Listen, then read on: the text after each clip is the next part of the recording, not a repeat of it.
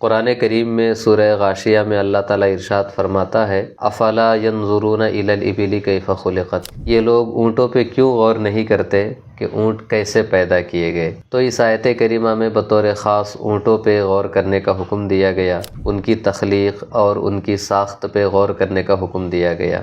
اونٹ کی خوبیاں کیا کیا ہیں؟ کچھ تو ظاہری خوبیاں ہیں، کچھ باطنی خوبیاں ہیں۔ اس کی جو آنکھ ہوتی ہے اللہ نے اس میں ایسی طاقت رکھی ہے کہ وہ آنکھ بڑی کر سکتا ہے، اور ساتھ ہی ساتھ جو چیز دور کی ہے اس کو بھی، جیسے ہم خوردبین سے دیکھ لیتے ہیں، آنکھ بڑی کر کے وہ دور کی چیز کو بھی صحیح سے تجزیہ کر لیتا ہے، دیکھ لیتا ہے۔ اس کے بعد اس کے ہونٹ کی طرف ہم بڑھتے ہیں تو اس کے ہونٹ اتنے مضبوط ہوتے ہیں جیسے کہ ربر کے اتنے مضبوط ہوتے ہیں، اور کافی موٹے بھی ہوتے ہیں، اس میں کوئی کانٹا نہیں چبھ سکتا، اور زمین پہ پتھروں پہ وہ اپنے ہونٹوں کو رگڑ دیتا ہے تب بھی اسے کوئی نقصان نہیں ہوتا ہے، تو خاردار چیزوں کو وہ کھا لیتا ہے۔ ایسا اللہ نے اس لیے بنایا ہے کہ صحرا میں نرم غذائیں کہاں میسر ہو پائیں گی۔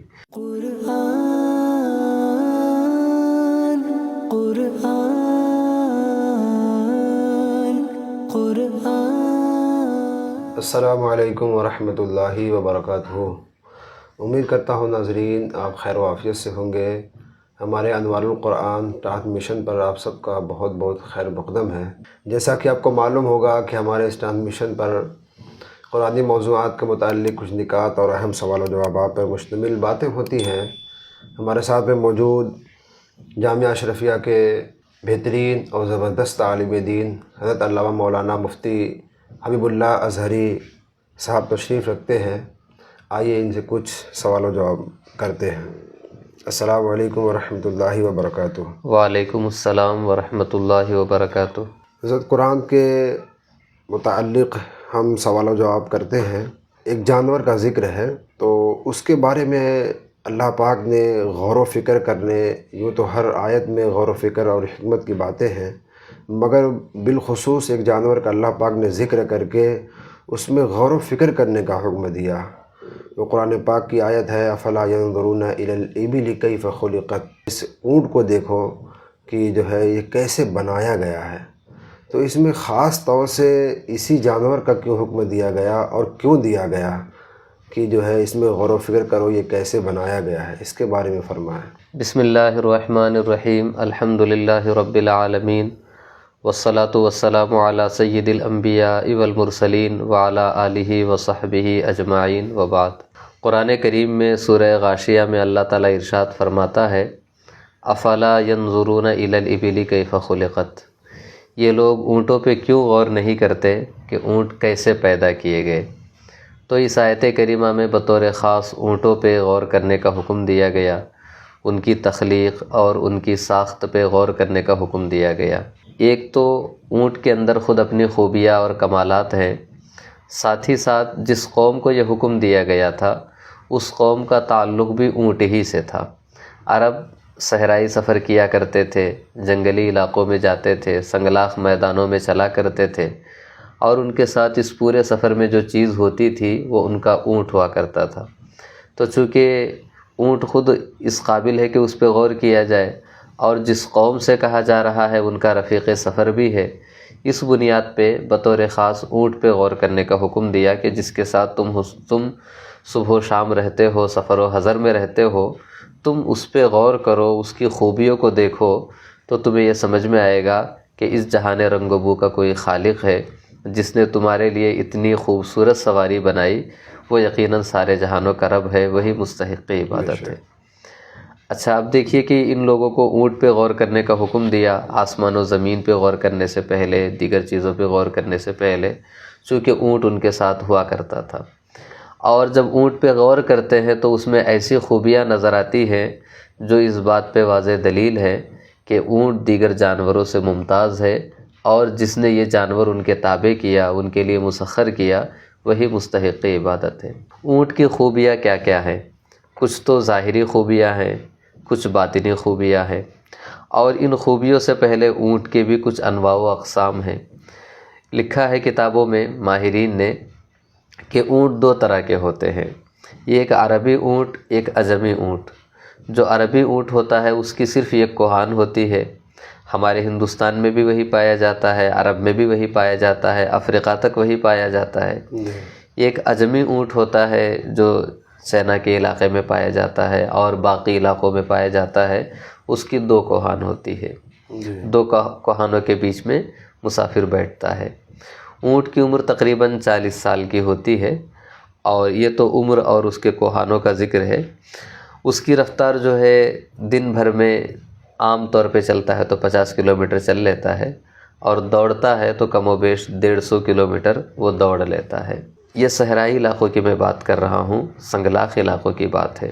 اس اعتبار سے ہم کہہ سکتے ہیں کہ آج کی گاڑیاں اس کا مقابلہ نہیں کر پائیں گی، اس لیے کہ سنگلاخ علاقوں میں کوئی گاڑی نہیں دوڑ پائے گی، لیکن اونٹ چل بھی لیتا ہے، دوڑ بھی لیتا ہے۔ بہرکیف اس کی خوبیوں پہ ہم غور کرتے ہیں جسمانی ساخت کے اعتبار سے، تو ایک ایک خوبی دیکھتے ہیں۔ سب سے پہلے کہہ لیجئے اس کی آنکھ ہے۔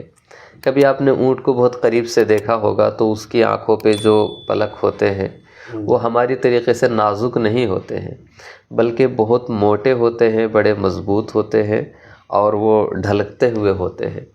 اس کی آنکھیں اللہ نے اس طور پہ اس لیے بنائی ہے کہ جب وہ صحرائی سفر کرتا ہے تو ہر طرف سے گرد اڑ رہی ہوتی ہے، ریت اڑ رہی ہوتی ہے، تو اس کی موٹی آنکھیں، اس کی آنکھوں پہ جو موٹے پلک ہے وہ صحرائی گرد کو اور ریتیلی ہواؤں کو آنکھ میں جانے سے بچانے کے لیے اللہ تعالیٰ نے ایسے موٹے موٹے اس کے پپوٹے بنائے ہیں۔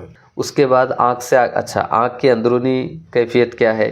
اس کی جو آنکھ ہوتی ہے اللہ نے اس میں ایسی طاقت رکھی ہے کہ وہ آنکھ بڑی کر سکتا ہے، اور ساتھ ہی ساتھ جو چیز دور کی ہے اس کو بھی، جیسے ہم خوردبین سے دیکھ لیتے ہیں، آنکھ بڑی کر کے وہ دور کی چیز کو بھی صحیح سے تجزیہ کر لیتا ہے، دیکھ لیتا ہے، تو صحرا وہ اپنا متعین کر لیتا ہے، صحرائی راستہ۔ کان دیکھے ہوں گے اونٹ کے، تصویروں میں اونٹ دیکھا ہوگا تو کان اس کے چھوٹے ہوتے ہیں، اور ہمارے کانوں کی یہ خاص بات ہے کہ ہم اپنے کان پہ کنٹرول نہیں کر سکتے، ہم ہاتھ لگائے بغیر چاہے کہ کان کو ادھر دبا لے ادھر دبا لے نہیں دبا سکتے۔ لیکن اونٹ کے جو کان ہوتے ہیں چھوٹے بھی ہوتے ہیں، اس میں بال بھی ہوتے ہیں، پھر اونٹ کو اپنے کانوں پہ کنٹرول ہوتا ہے کہ وہ جب تیز ہوائیں چلتی ہے تو وہ اپنے کانوں کو سکیڑ لیتا ہے اور سر کی طرف کر لیتا ہے، تو اس میں کوئی گرد و غبار نہیں جاتی ہے۔ کیا بات ہے، ماشاءاللہ۔ تو یہ کان اس کا ہو گیا جو اتنا زبردست ہے کہ وہ سننے کے بھی کام آتا ہے، اور صحرائی ریت سے بھی وہ اپنے کانوں کی حفاظت کر لیتا ہے۔ اس کے بعد اس کے ہونٹ کی طرف ہم بڑھتے ہیں، تو اس کے ہونٹ اتنے مضبوط ہوتے ہیں جیسے کہ ربر کے ہوں، اتنے مضبوط ہوتے ہیں، اور کافی موٹے بھی ہوتے ہیں۔ اس میں کوئی کانٹا نہیں چبھ سکتا، اور زمین پہ پتھروں پہ وہ اپنے ہونٹوں کو رگڑ دیتا ہے تب بھی اسے کوئی نقصان نہیں ہوتا ہے، تو خاردار چیزوں کو وہ کھا لیتا ہے۔ ایسا اللہ نے اس لیے بنایا ہے کہ صحرا میں نرم غذائیں کہاں میسر ہو پائیں گی۔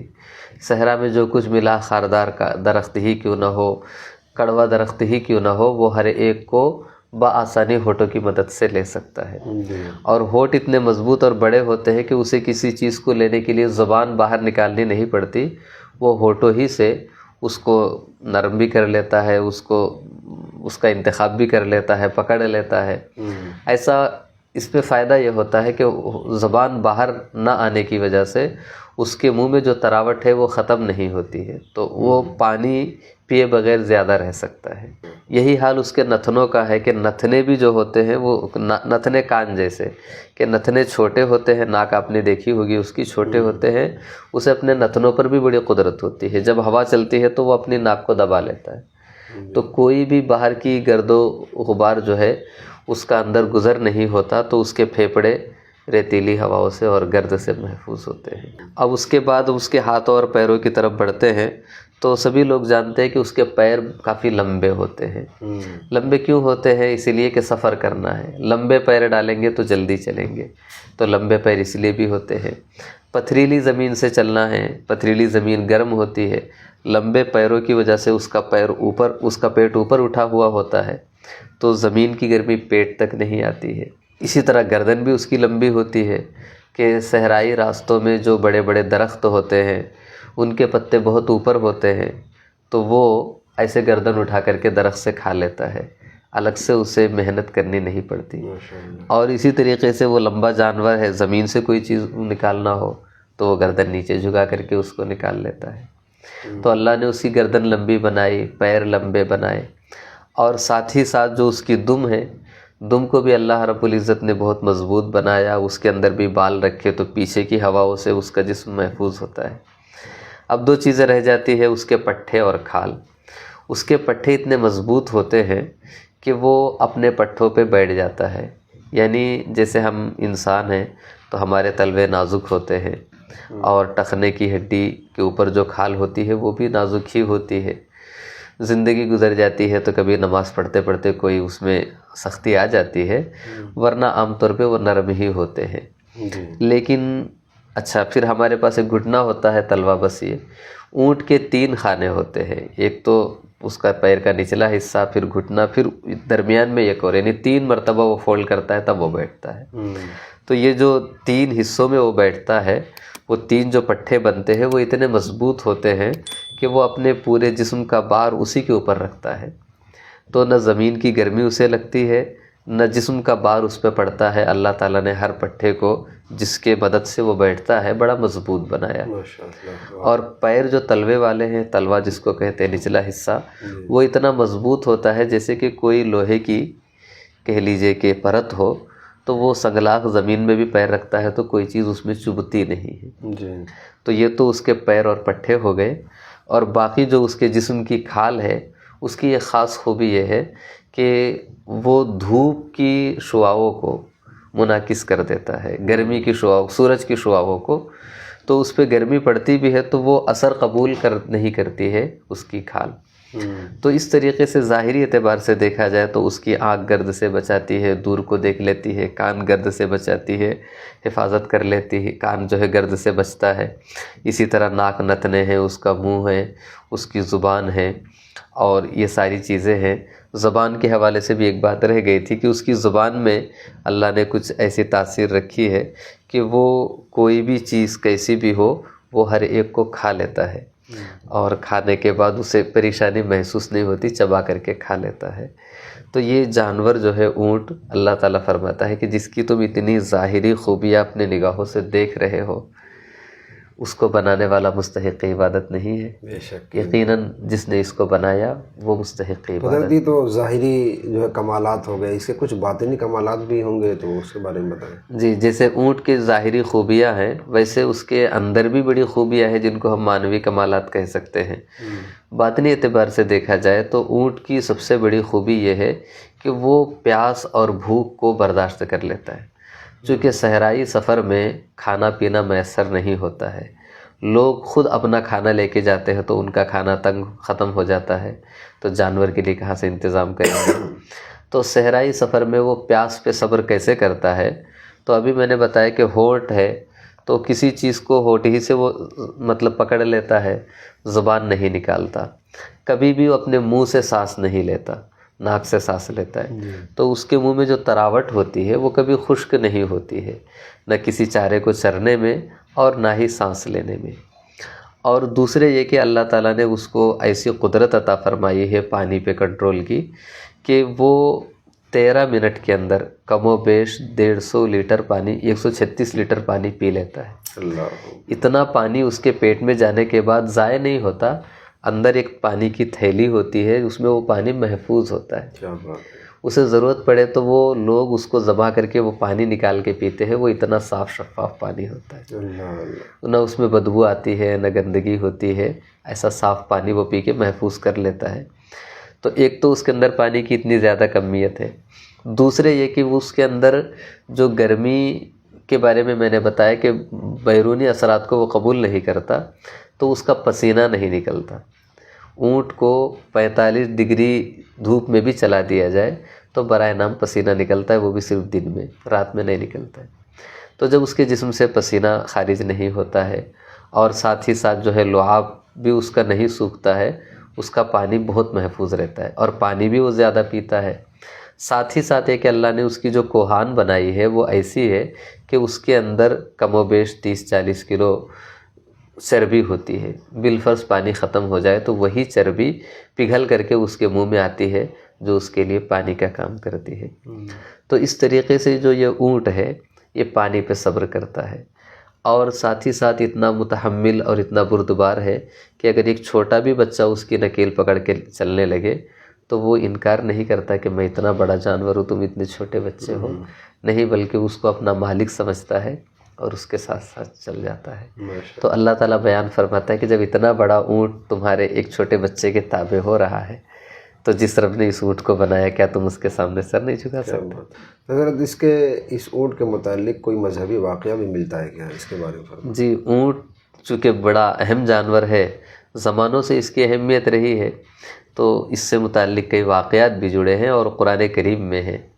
حضرت صالح علیہ السلام کا قرآن میں ذکر آیا ہے کہ حضرت صالح علیہ السلام جس قوم میں تشریف لائے تھے اس قوم کے لوگ پتھروں کو تراش کے گھر بنانے میں بڑی مہارت رکھتے تھے۔ پتھر ہی نہیں بلکہ وہ پہاڑ کو تراش کر کے اس میں محل بنا کے رہتے تھے۔ تو ان کے لیے یہ واقعی بڑا حیرت انگیز کارنامہ ہے کہ کوئی پہاڑ کو تراشے، محل بنائے، پھر اس میں زندگی گزارے، یہ بہت حیرت انگیز چیز ہے۔ تو ان لوگوں نے حضرت صالح علیہ السلام سے فرمایا کہ اگر آپ اللہ کے نبی ہیں تو آپ کوئی نشانی بتائیں۔ تو کہا ان کنتا جئت بآیۃ فأت بہا ان کنت من الصادقین، کوئی آپ نشانی لائے ہو تو بتائیں ہمیں تاکہ ہم آپ کو مانیں۔ تو حضرت صالح علیہ السلام نے اللہ کی بارگاہ میں دعا کی کہ پروردگار کوئی نشانی عطا فرما دے۔ یہ بھی ملتا ہے روایتوں میں کہ ان لوگوں نے کہا کہ ہم تو پہاڑ سے گھروں کو تراش لیتے ہیں، آپ اللہ کے نبی ہے تو پہاڑ سے کوئی جانور نکال کے دکھائیے۔ تو انہوں نے بارگاہ خداوندی میں دعا کی تو اللہ رب العزت کا حکم ہوا کہ نماز پڑھو، اور حکم دیا کہ تم پہاڑ کی طرف اشارہ کرو۔ تو حضرت صالح علیہ السلام نے پہاڑ کی طرف اشارہ کیا تو اس سے ایک اونٹنی برآمد ہوئی، اور وہ اونٹنی جیسے انہوں نے چاہا ویسی تھی۔ انہوں نے کہا کہ وہ اونٹنی ایسی ہو جس کے حمل کو 9 مہینے گزر چکے ہو، یعنی بچہ دینے والی اونٹنی ہو، بچہ بھی دے تو صحت مند اور خوبصورت فربا بچہ دے۔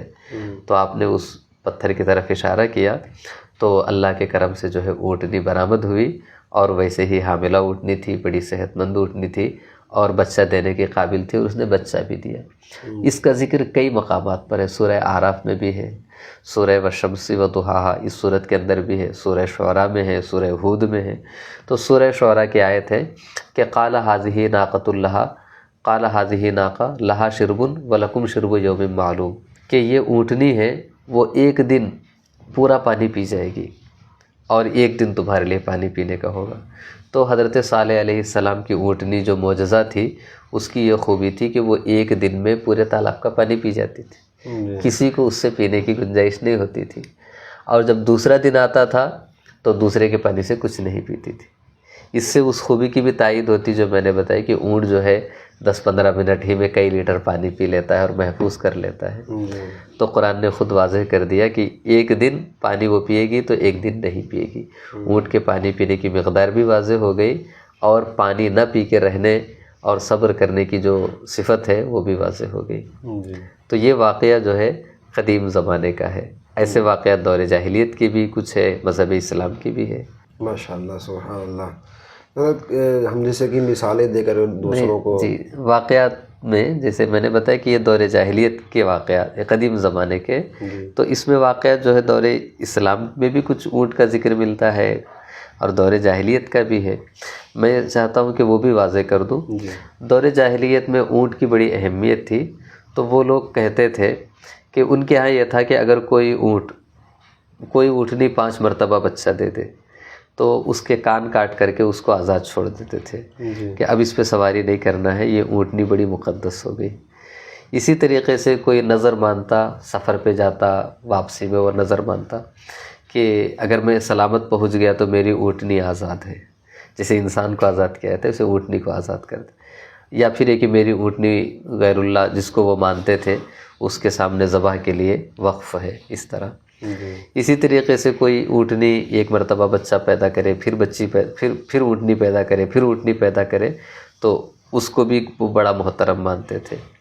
اور اگر کوئی اونٹ ہے اس کے بطن سے، یعنی اس کے ملاقات سے، اس کے جفتی سے 10 مرتبہ کوئی اونٹنی حاملہ ہو جائے تو اس کو بڑا مانتے تھے۔ تو اس طرح دور جاہلیت میں اونٹوں کے بڑے نام بھی تھے، بڑا احترام بھی تھا۔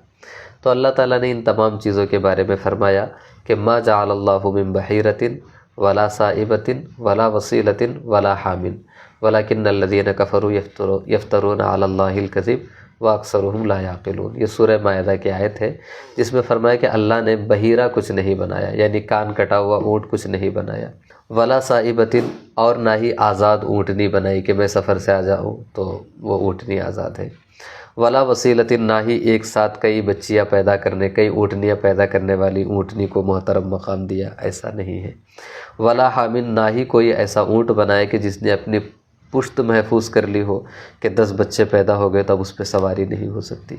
لوگ اس طرح کی چیزیں وضع کرتے ہیں، اللہ کے دین سے منسوب کرتے ہیں، تو یہ لوگ افترا باندھتے ہیں۔ جی تو یہ دور جاہلیت میں اونٹوں کے معاملے میں جو لوگوں کی بے راہ روی تھی، قرآن نے اس کو واضح کیا۔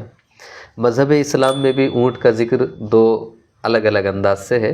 ایک تو یہ کہ مذہب اسلام میں اس کی حلت کا جہاں کہیں ذکر ہے تو وہاں پہ ثمانیۃ ازواج من الضأن اثنین ومن المعز اثنین ومن الابل اثنین ومن البقر اثنین، یہ جانور حلال ہے، ایک تو یہ ذکر ہے۔